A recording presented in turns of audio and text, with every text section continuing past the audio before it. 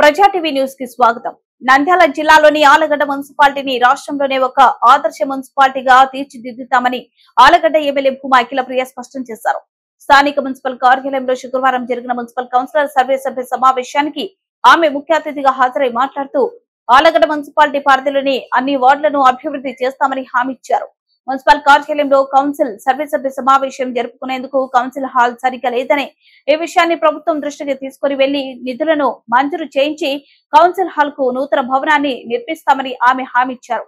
కౌన్సిలర్లు, అధికారులు, సిబ్బంది కలిసికట్టుగా పనిచేయాలని ఎమ్మెల్యే అఖిలప్రియ పిలుపునిచ్చారు. పార్టీలకు అతీతంగా ఆలగడ్డను అభివృద్ధి చేస్తామని తెలిపారు. తనకు ఓటు వేసిన వారికి ఓటు వేయమని వారికి కూడా తాను ఎమ్మెల్యేనే అని స్పష్టం చేశారు. పార్టీలకు, రాజకీయాలకు అతీతంగా అభివృద్ధి వైపే దృష్టి సారిస్తామని, రానున్న 5 సంవత్సరాల పాటు తనను ఎమ్మెల్యేగా ప్రజలు అవకాశం ఇచ్చినందుకు కృతజ్ఞతగా వారి కష్ట సుఖాలలో ఎల్లప్పుడూ పాలు పంచుకుంటామని తెలియజేశారు. ఆలగడ్డ నియోజకవర్గంలో అభివృద్ధి కోసం అన్ని శాఖల మంత్రులను అసెంబ్లీలో కలిసి నిధులను మంజూరు చేయిస్తామని తెలిపారు. ప్రజలను ఇబ్బంది పెడితే సహించేది లేదు. అధికారులు ప్రజలను ఇబ్బంది పెట్టకుండా వారు ఏదైనా పనుల కోసం వచ్చినప్పుడు సహకరించాలని ఎమ్మెల్యే అఖిలప్రియ సూచించారు. ప్రజలను ఇబ్బంది పెడితే మాత్రం తాను ఊరుకునేది లేదని, ఈ విషయాన్ని దృష్టిలో పెట్టుకుని అధికారులు పనిచేయాలని అఖిలప్రియ పేర్కొన్నారు. ఈ సమావేశంలో municipal chairman doctor Ramalingareddy, vice chairman Nayab Rasool, municipal commissioner A V Ramesh బాబు, అధికారులు, సిబ్బంది పాల్గొన్నారు. ఆలగడ్డని ఏ విధంగా అభివృద్ధి చేయాలనే ఒక ఆలోచన, ఒక దిశ నిర్దేశం అంతా కూడా రెడీ చేసుకొని ముందుకెళ్తున్న టైంలో మళ్ళీ 5 సంవత్సరాలు గ్యాప్ రావడం జరిగింది. కానీ ఈసారి మాత్రము తప్పకుండా ఆలగడ్డ పట్టణానికి, ఆలగడ్డ నియోజకవర్గానికి ఏమి కావాలి, ఏమి ఇప్పించాలి అన్ని కూడా రెడీ చేసుకొని మనం ఈ రోజు గెలవడం జరిగింది. ముఖ్యంగా ఈ రోజు మీరందరూ కూడా మంచి మెజారిటీతో, మీరందరూ కూడా నమ్మకంగా ఓటు వేసిన ప్రతి ఒక్కరికి నేను పేరు నేను ధన్యవాదాలు తెలియజేసుకుంటున్నాను. ఒకసారి మీ అందరికీ తెలియజేసుకుంటున్నా. మరి ముఖ్యంగా ఈ రోజు ఇక్కడ సచివాలయం ఉద్యోగస్తులు కానీ, మున్సిపల్ ఈ 5 సంవత్సరాలు ఎమ్మెల్యేగా నేను గెలిచిన తర్వాత ఎలా ఉండబోతుంది అనేది కూడా ఒకసారి మీ అందరూ కూడా తెలుసుకోవాల్సిన అవసరం ఎంతైనా ఉందని చెప్పి సందర్భంగా తెలియజేసుకుంటూ, మరి ముఖ్యంగా గతంలో ఏం జరిగిందో పక్కన పెడతాం. ఎందుకంటే ఇప్పుడు మన ఆలగడ్డ బాగుపడాలన్నా, మీ అందరి సమస్యలు తీరాలన్నా, ఆలగడ్డ మళ్ళీ అభివృద్ధి బాటలో నడవాలన్నా కూడా మనము ఆలోచన విధానం మారాలని చెప్పి ఇక్కడ ఉన్న మీ అందరూ కూడా తెలియజేసుకుంటున్నా. మీరు తెలుగుదేశం పార్టీకి అండగా వేసుకుంటేనే పనులు జరుగుతాయి, తెలుగుదేశం పార్టీలో వస్తేనే మీకు గౌరవం ఉంటుంది అనేది దయచేసి కూడా ఎవరు కూడా అనుకోకండి. ఇక్కడ మీరు నాకు ఓటు వేసే వాళ్ళకి నేను ఎమ్మెల్యేనే, నాకు ఓటు వేయని వాళ్ళకి కూడా నేను ఎమ్మెల్యేనే. ఆ బాధ్యత నా మీద ఉంది. ఇక్కడ చాలా మంది నేను గెలవాలని చెప్పి చాలా మంది కృషి చేసిన వాళ్ళు ఉన్నారు. అదే విధంగా నేను ఓడిపోవాలని కృషి చేసిన వాళ్ళు కూడా ఉన్నారు. కానీ నాకు ముఖ్యము ఏంటంటే రాజకీయాలు పక్కన పెడితే ఆలగడ్డ బాగుపడాలనేది నా ముఖ్య ఉద్దేశం. గతంలో నేను మీ అందరికీ చాలా మీటింగ్లలో చెప్పడం జరిగింది. శోభమ్మ చనిపోయిన తర్వాత నాకు తల్లి, తండ్రి అంతా కూడా ఆలగడ్డనే.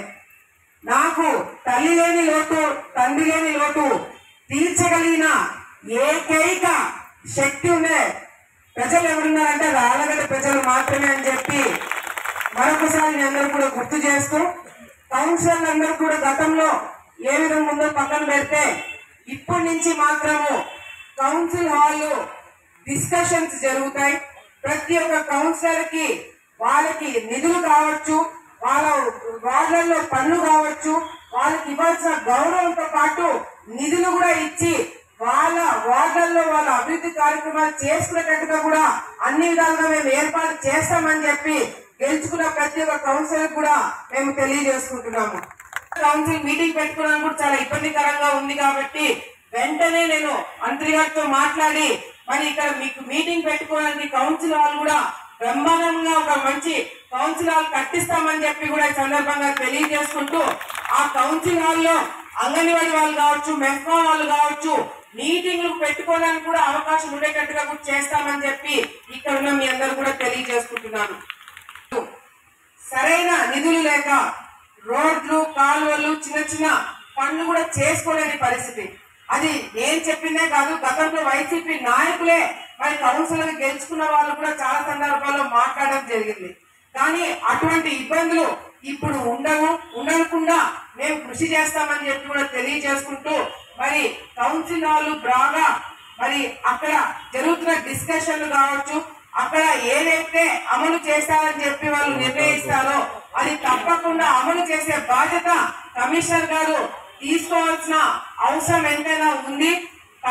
పనుల విషయంలో మాత్రము ఎక్కడైనా సరే డిలే కాకుండా మీరు వచ్చిన వాళ్ళకి పని చేసి వెంటనే పంపించేలాగా మీ సిస్టమ్ ఏర్పాటు చేసుకోవాలా.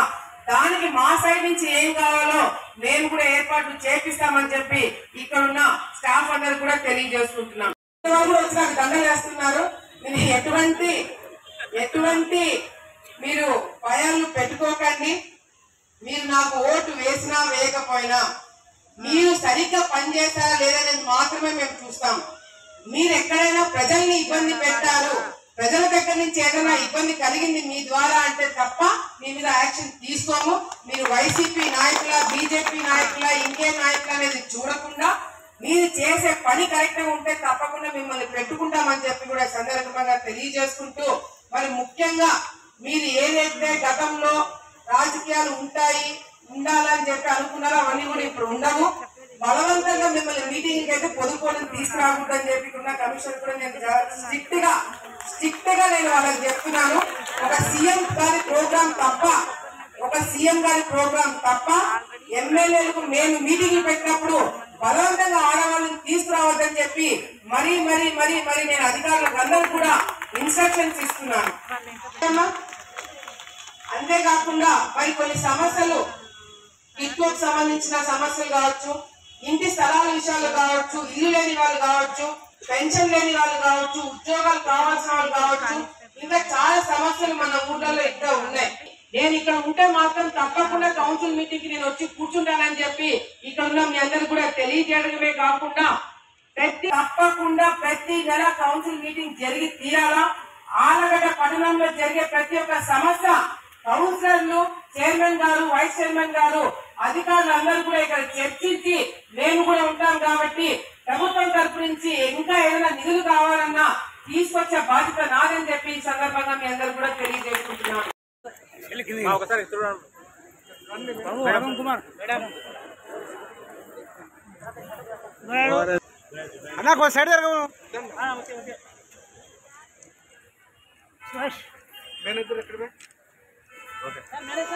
సహకరించాలి. ఒక్కొక్క డిపార్ట్మెంట్ అందరినీ పిలవడం జరుగుతుంది. మేడం గారికి సన్మానం చేస్తున్నారు ఇప్పుడు.